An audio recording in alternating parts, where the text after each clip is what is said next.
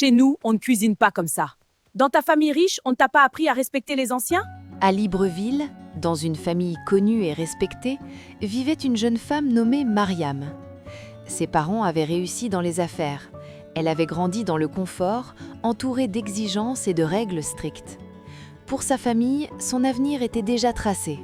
Elle devait épouser un homme du même niveau social, préserver l'image et l'honneur de la maison. Mais la vie en décida autrement. Un jour, à la sortie d'un grand bâtiment où elle venait régler des documents, Mariam croisait le regard d'un jeune agent de sécurité. Il s'appelait Idriss. Il travaillait comme gardien pour une société privée. Il était discret, poli, travailleur.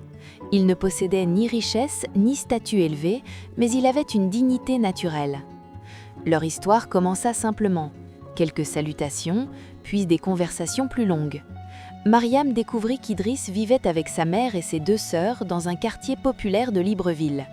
Il cumulait de petits travaux pour subvenir aux besoins de sa famille. Avant même de penser à lui, il pensait aux autres. Malgré les avertissements sévères de ses parents, Mariam continua cette relation. 2 ans plus tard, Idriss lui demanda de l'épouser et elle accepta. Sa famille fut bouleversée. « Tu vas détruire ton avenir », lui dit son père.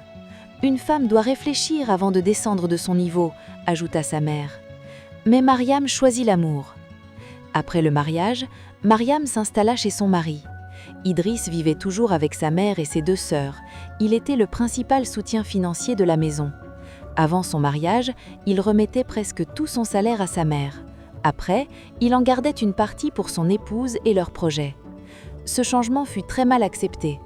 Les 2 sœurs commencèrent à voir Mariam comme une intruse, une voleuse d'attention et d'argent. Selon elles, depuis son arrivée, leur frère n'était plus le même. La belle-mère, influencée par ses filles, devint froide, distante, presque méprisante. Au début, ce n'était que des remarques. « Chez nous, on ne cuisine pas comme ça. Dans ta famille riche, on ne t'a pas appris à respecter les anciens. » Puis, les humiliations devinrent plus sournoises. On critiquait tout ce qu'elle faisait. Si le riz était trop cuit, on l'accusait d'être incompétente. S'il était trop ferme, on disait qu'elle ne savait même pas nourrir un homme. Parfois, après qu'elle ait terminé de préparer le repas, l'une des sœurs ajoutait volontairement trop de sel ou de piment, puis appelait Idriss en disant « Regarde ce que ta femme nous fait manger ». Les vêtements qu'elle lavait disparaissaient ou étaient retrouvés sales, jetés derrière la maison. On l'accusait alors de paresse. Quand elle nettoyait la cour, on salissait exprès après son passage. Quand elle rangeait la cuisine, on dérangeait tout pour la faire passer pour désordonnée. Mais ce n'était pas seulement matériel. Elle l'isolait. On parlait d'elle à voix basse lorsqu'elle entrait dans une pièce. On s'arrêtait brusquement de discuter dès qu'elle approchait. On lui refusait certaines informations importantes concernant la maison pour ensuite l'accuser de ne pas participer. La belle-mère commença à comparer ouvertement Mariam aux femmes du quartier. Les autres belles-filles respectent leur belle-mère. Une vraie épouse ne divise pas une famille. Parfois, on l'empêchait même de manger à sa faim. On servait les autres d'abord et il ne restait presque rien pour elle. Si elle osait se plaindre, on répondait « Ici, on partage ce qu'il y a. Si tu veux plus, retourne chez tes parents riches. » La pression psychologique était constante. Les 2 sœurs inventaient des histoires quand Idriss n'était pas là. Elles affirmaient que Mariam répondait mal à leur mère, qu'elle les insultait en cachette, qu'elle se croyait supérieure à elle.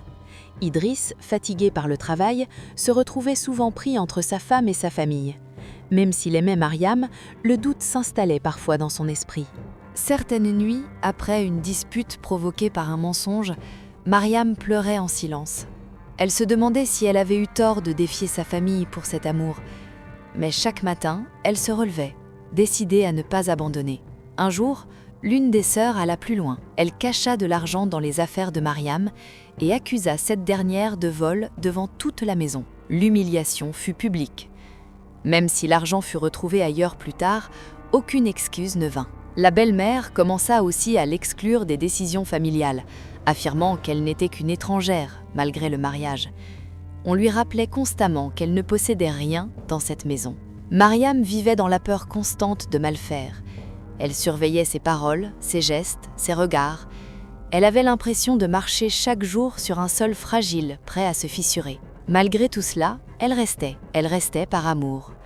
Elle restait parce qu'elle croyait encore que son mariage valait la peine d'être sauvé. Mais à l'intérieur, elle s'éteignait peu à peu. 3 ans après leur mariage, Idriss tomba gravement malade. Au début, ce n'était que de petites douleurs au ventre. Il disait que ce n'était rien, que ça allait passer. Mais les jours passaient et la douleur devenait plus forte. Il maigrissait, il se fatiguait vite, il n'avait presque plus d'appétit. Mariam l'accompagnait aux consultations, cherchait des médicaments, priait pour qu'il guérisse, et malgré les soins, son état continua d'empirer. 2 mois après les premiers symptômes, Idriss rendit son dernier souffle. Pour Mariam, le monde s'écroula. Elle venait de perdre l'homme qu'elle aimait, celui pour qui elle avait quitté sa famille et supporté tant d'humiliations. Mais avec sa mort, elle perdit aussi le seul rempart qui la protégeait dans cette maison. Le deuil n'avait même pas commencé que les accusations surgirent. « C'est elle qui l'a tué », lança l'une des sœurs sans hésiter. « Depuis qu'elle est entrée ici, rien ne va », ajouta l'autre. La belle-mère, détruite par la perte de son fils, laissa la douleur se transformer en colère. Au lieu de chercher à comprendre, elle se tourna contre sa belle-fille.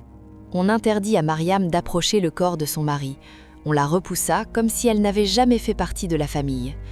Dans cette maison où elle avait tout donné, elle était devenue une étrangère. Le jour de l'enterrement, au Gabon, certaines familles pratiquent encore des rites de veuvage. Mais ce que Mariam allait vivre dépassait tout ce qu'elle pouvait imaginer.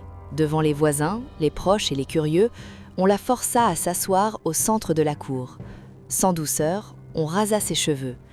Personne ne lui demanda son avis, personne ne chercha à la protéger. Puis, les accusations commencèrent, cette fois en public. On la pointait du doigt, on murmurait qu'elle avait apporté le malheur, on disait qu'elle avait causé la mort de son mari. Ensuite, l'une des sœurs prit la parole et déclara qu'un rituel devait être fait pour prouver son innocence. Selon elle, Mariam devait boire l'eau qui avait servi à laver le corps de son mari. Si elle était innocente, disait-elle, rien ne lui arriverait. Mariam sentit son cœur se serrer, elle tremblait. Les larmes coulaient sans qu'elle puisse les retenir. Elle ne comprenait pas comment sa douleur pouvait être transformée en accusation. Sa propre famille avait coupé les ponts avec elle après son mariage, elle n'avait personne pour parler en sa faveur. Entourée de monde, elle était pourtant seule. Et ce jour-là, elle eut l'impression que sa dignité lui était arrachée devant tous. Alors que le rituel allait être imposé, une femme du quartier s'avança. Elle s'appelait Hawa. Des années plus tôt, elle aussi avait perdu son mari. Elle avait subi des humiliations semblables. Elle connaissait cette douleur. Sans hésiter, elle se plaça devant Mariam. D'une voix ferme, elle déclara que ce qu'on voulait faire était injuste. Elle dit que personne n'avait le droit d'humilier une veuve de cette manière. Elle menaça d'alerter les autorités si on continuait. Son courage changea l'ambiance. Les murmures cessèrent peu à peu. Certains baissèrent les yeux et d'autres commencèrent à douter. Quelques jours plus tard, les résultats médicaux arrivèrent. Ils confirmèrent qu'Idriss souffrait d'une grave maladie interne qui n'avait pas été diagnostiquée à temps. Sa mort n'avait rien à voir avec Mariam. Elle était innocente et la vérité finit par éclater. Les 2 sœurs et leur mère durent faire face au regard du voisinage. Les gens parlaient. Beaucoup avaient vu ce qui s'était passé. Leur image fut abîmée et des tensions naquirent même entre elles. La paix qu'elles disaient vouloir protéger disparut peu à peu de leur propre maison. Avec l'aide d'Hawa, Mariam décida de partir définitivement. Elle avait perdu son mari, oui, mais elle avait sauvé quelque chose de précieux. Sa dignité. Au Gabon, son histoire resta dans les mémoires comme un rappel important. Aucune tradition ne devrait servir à humilier ou détruire quelqu'un. La souffrance ne justifie pas la cruauté. Et parfois, il suffit d'une seule personne courageuse pour arrêter une injustice.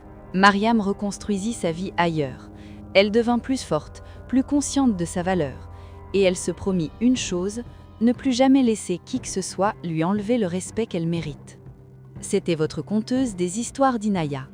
Si cette histoire vous a touché, abonnez-vous, likez et partagez. À très bientôt pour une nouvelle histoire.